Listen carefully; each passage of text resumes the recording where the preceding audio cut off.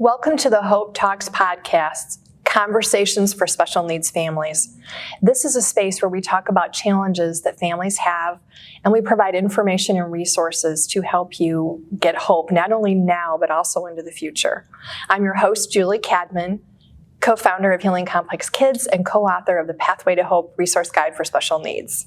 Today I have an extra special guest with us, my husband, Dana Cadman, also co-founder of Healing Complex Kids and co-author of the Pathway to Hope Resource Guide for Special Needs, and the author on the Life Skill chapter. He is going to be talking with us today about life skills, that big question that parents always need to know, is my child where they need to be, and how do I teach life skills? So welcome, Dana. Thank you so much for joining us. Thanks for having me. Glad to be here. So let's start with the foundational question. Why are life skills important? Well, everybody needs to eat their life skills. That's how I remember it. Eat their life skills. Yes. Okay, what does that mean? EAT stands for Esteem, Autonomy, and Time. So esteem or self-esteem is important for the emotional and mental development of every child, neurotypical or neurodivergent. But for neurodivergent children, it's even more critical because oftentimes if they're self-aware, they have a stigma or poor perception of themselves because they know that they're behind developmentally. So self-esteem is very important for them, and that's why learning life skills can be so empowering for them, because as they learn a life skill, it helps build the foundation for future life skills. It gives them that sense of achievement also. So it's very important to celebrate each of those life skills as you master them. And so eat, esteem was the first one, and A is autonomy. Oh, okay. So autonomy, what that means is that as a child learns a life skill, they become more autonomous. They're more able to take care of themselves, which leads into T for time, because every minute a child can spend doing something for themselves, that's a minute that you don't have to spend time doing that task for them. And that gives the parent just that much more breathing room. It's time for maybe some respite or some much needed self-care, and I know you've got a podcast about that, or just time to just spend with other family members, or do something fun with the child. It's not learning a life skill. So how do disabilities affect teaching a child life skills? Well, it can affect it a couple ways. Number one, it's probably going to require more patience on your part. Just knowing that you might have to break a task down into smaller steps or do more demonstrations. Some children can't abstract instructions, so just explaining it to them isn't going to be sufficient. You're going to have to show them and walk them through it. That classic teaching principle of I'm going to tell you what I'm going to teach you, I'm going to teach you, and then I want you to show me what I taught you. Go through that process. And you're probably going to do it 1,000 times. Well, in some cases, yes, some cases, no. So it just goes to breaking down tasks into smaller steps, maybe being a little bit more patient. There are plenty of resources you can look at, like the CDC, or there's others that tell you how your child should be developing. They need to walk at this age, talk at this age, ride a bike at this age, whatever. But I would just like to emphasize that every child is different, neurotypical or neurodivergent. And I have a fun story I want to share. Okay. So I was talking with another special needs father, which was great because I don't get to talk to many of them. But this one shared a very interesting story about a field trip that he and his son were on. Okay, now his son is in middle school, 6th grade, and he volunteered to be a chaperone on the trip. And at lunchtime, the father and son sat down with some other boys. And what was interesting, they got talking, and very quickly the father realized that his son, a 6th grader, was the only one in the group who had made his own lunch. Everyone else had either somebody had made it for them or had provided them with an assistant. And digging a little deeper, he found out that 2 of the boys, now again, these are not 6-year-olds, they're 6th graders, did not know how to make a sandwich. No. Yeah, exactly. And this is a father who had struggled with teaching his son how to tie his shoes. So you tell me, okay, so maybe the child didn't learn to tie their shoes until 4th grade or whatever it was, but you've got 2 peers who can't even make a sandwich. They don't know where to start. So who's developmentally behind there? So that's why I say, these scales of where your child should be are great for maybe doing a check to see if you need to engage a occupational therapist or other professional. But if your child is behind, don't worry about that. Find a plan, move forward, and maybe, provide them with, some accommodations so they can learn the skill. Don't assume they're always going to be behind. Like you said, learning doesn't happen like in a straight trajectory. Sometimes it's scissored and sometimes they're better. Yeah, exactly. Go play to their strengths, find out what they're good at, leverage those as much as you can, and things they're struggling with. Occupational therapist, neurologist, other professional that can help you with, providing accommodations and finding a different way to teach them the skill. So now let's talk about how do you create a learning plan to help your child with their life skills? Okay, so to develop a learning plan, that's where you want to work with those professionals. Again, occupational therapist, neurologist, someone from the school, if your child's enrolled in a school somewhere, to find out what their strengths and weaknesses are so you know what you need to teach around. In terms of developing a learning plan, you want to set goals that are appropriate for the child. And so that means that you will make sure that the child is I don't like using the word struggle, but you want to make sure that the child is challenged appropriately when learning a skill. You don't want to set the bar too high, but also don't set it too low. And we've seen that happen in school systems where the bar is set way too low. The child easily overcomes and gets a false sense of achievement. And also they're not building the foundation they need for learning other skills. Well, we've seen where we were maybe going to outside the school and they had learned the skill and the school was saying, well, here, you should do this. And we're like, well, wait a minute, they're already doing this. Yeah. So that's where a parent can really be proactive, whether it's with the school or doctor or whatever, to say, well, this is what I know my child's capabilities are, as you're trying to figure that out. Yeah, and you know your child better than anyone else. So you probably have a good idea of where their ability should be. But if you're having any doubts or, sometimes you need to get a second or third or even a fourth opinion. Because if you say, my child should be able to do this, and you've got three experts saying, no, your child is right here. Well, maybe you need to lower your expectations. And again, same thing. If the experts are saying here, but you think it's here, then it's like, well, okay, I guess, maybe we need to work a little bit harder. Well, and something else that we always looked at is presuming competence. Presuming they can do it until maybe faced with no, maybe there's dexterity issues or they can't do something, but presume competence and just keep working. And like you said, patience, Yep. Huge. So what life skills are the most critical and what order should you be teaching them? Okay, so if you do the research, you will find experts who say there are 10 life skills or 5 life skills or 6 life skills or however many there are. In the chapter that I wrote for the Pathway to Hope book, I settled on 7 life skills that parents should focus on. And what was cool in doing this research, the one life skill everybody agreed on was advocacy or self-advocacy and communication is most important.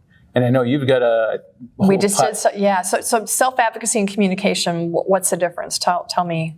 Well, communication, just the ability to share information back and forth. So that's the basic definition, communication. Communicate their wants and needs, whatever. Well, and that leans into self-advocacy. Is what do I want to communicate about my desires, my wants, or my perceptions? So one of the things that I keep hearing about self-advocacy is they need to understand their why. Why do they want something? Why are they advocating? So I think that's really important to explain as well. Yeah, and that goes back to my earlier statement about the EAT, the Esteem, the Autonomy, and time. So we want to teach children that they want to learn these life skills so they can do them on their own, because they're probably frustrated with mom and dad stepping in to do these things for them, all the time. Yeah. And as much as you can, explain to the child that learning this skill is a stepping stone to learning other things that will help you achieve whatever goal it is you want, whether that goal is riding a bike, being able to go camping or play basketball, or, if they're older, a job that they want to get into. So, or some kids, maybe they want to drive, but there's a lot of steps in between. So starting them really young, I think, is huge. Exactly. So we already talked about communication and self-advocacy being foundational to learning all of the other life skills. There's 6 other life skills. We won't have time to go through all 6 of them in this podcast, but 2 of the others that are foundational: hygiene and safety. Because once you learn communication, hygiene, and safety, the child is now set up to be autonomous and successful within the home. So how do you teach a child hygiene and do it in a respectful way? Well, we grab our oar. Our oar. OAR. I've got a lot of acronyms for this. Eat or? Yeah, so, great. So you're learning them already. So, OR, we talk about organization, awareness, and resistance. So, organization, that deals with how the child, can they follow a schedule, basically? Can they follow a checklist or a task list? The awareness, are they aware of their own hygiene? Are they aware that maybe their hair's rather messy, or do they have an odor about them? So they can't correct these things if they're not aware. Or they haven't washed their hair in weeks, right? Yeah, and then resistance, that deals with maybe the child is reacting to something in the environment. They're not doing the hygiene because something is upsetting their senses, and we need to work through each one of these. So if something's upsetting their senses, I know you've got some examples because we've talked through that. What are a couple of those? Well, okay, if your child is resistant to hygiene, if they don't like to wash their face or their hair or brush their teeth or whatever, find out why is it that they're resistant to it. Maybe they're set off by the smell of a shampoo. Or as an adult, there are soaps I won't use because they're way too perfumey. And so if you have a child who has sensory integration disorder or sensory processing delays, there could be the aroma of the shampoo or soap. Maybe you thought you'd be helpful by buying your child an electric toothbrush. If they're sensitive to noise, an electric toothbrush is not going to work for them. So if your child's resistant to hygiene, let's dig into it and find out what specifically about the hygiene routine is bothering them. And then, you can work on a mitigation plan for that. So let's talk about safety. How do you teach safety? Okay, safety, unfortunately, I don't have a great acronym for that, but that comes down to it is 3 things. We need to identify what are the dangers, how do we prevent the danger from happening, and then treatment, what do we do if the danger occurs? And also, I would like to emphasize to parents, don't try to take on all of safety in one go. Again, this needs to be broken down. Don't try to teach your child about crosswalks and traffic and safety rules before they've learned how to navigate the stairs in the home. So let's focus on the home first. So what you want to do is look at your home objectively and figure out what are the most likely ways that a child could injure themselves, and then what is the severity of that injury. For instance, if you have a home with stairs, maybe to a basement or a second floor or both, that is something that could cause great harm, and they probably go up and down the stairs several times a day. So that would be like a first one. You want to talk about that before talking about getting your hair or clothing caught in the blender, because they're probably not using the blender in the kitchen, as much as they are going up and down the stairs. So you start with that kind of assessment. So I want to back us up just a little bit. It can be really confusing when you're trying to figure out where your child should be in terms of life skills. And I know there's a lot of lists out there. There's a lot of information that says, at this age they should do this, at this age this. Do you prescribe to, the method of, by 10 you do this, by 12 you do this, by whatever? What's your thoughts on that? It goes back to my earlier comment that those checklists are great for doing a self-check. Is my child, meeting a milestone? And, if they're missing it by a few weeks or months, maybe that's not great cause for concern. But once you notice a delay, then that's where you engage those professionals and get a assessment to figure out, is your child truly behind? And if they're not, fine. And if they are behind, then, what do you do to accommodate them or help them work through that? What steps do you put in place to get them where they need to be? Yeah. And if you can, okay. Yeah. So let's go back to safety. We've talked about identifying, but not prevention or treatment. Right. So once you've identified, on your own where the child could hurt themselves, then you want to work with them and show them, explain to them the harm that they could cause to themselves or to other people, and how to prevent these things. For example, the stairs are a great example. Let's not run up and down the stairs, because if you do, you can trip and you can fall and injure yourself. Let's not carry, anything that will block our view of the steps that could cause us to miss the step. Don't play at the top of the stairs. So once you've identified whatever the danger is, then you just need to work with the child. And again, you know your child better than anybody, so you'll know how much time you need to spend on it. And if you can, you try to demonstrate what could happen. Now with stairs, but it's going to be challenging. But knives, that's another one. You don't want to play with knives because you can cut yourself. That's where you can take a knife and just demonstrate how easy it is to use a knife to cut an apple or a carrot or something like that. So I want to go back to stairs because you got me laughing because in our family we joke, Mom can't talk on the phone and do two things at once. Don't talk on the phone and walk down the stairs because I did that and I sprained my ankle. Right. So now if your child has a phone, that'd be a good time to maybe revisit that whole scenario. Because that is something that happens with safety way too often, is that we don't think about it or explain it until something happens. We talk about, well, you shouldn't have been doing this. Well, let's try to think through those things and talk about them before they happen. So, well, I know you and I are really good at, after something happens, what did we learn from this? And, use those moments when they occur. But again, as much as you can, just try to think through those things ahead of time. And I do want to emphasize, break these down, deal with them one at a time. Don't do a whole afternoon safety lecture with your children. It's way too much to absorb. Deal with one issue at a time. When they get it, move on to the next one. Don't do a peanut butter spread of everything at once. Exactly. Okay. So we haven't talked about treatment for injuries. Let's talk about that. Okay. So if your child does end up hurting themselves for some reason, especially for a child who's neurodivergent, this can set them into a huge fight or flight response, flight particularly.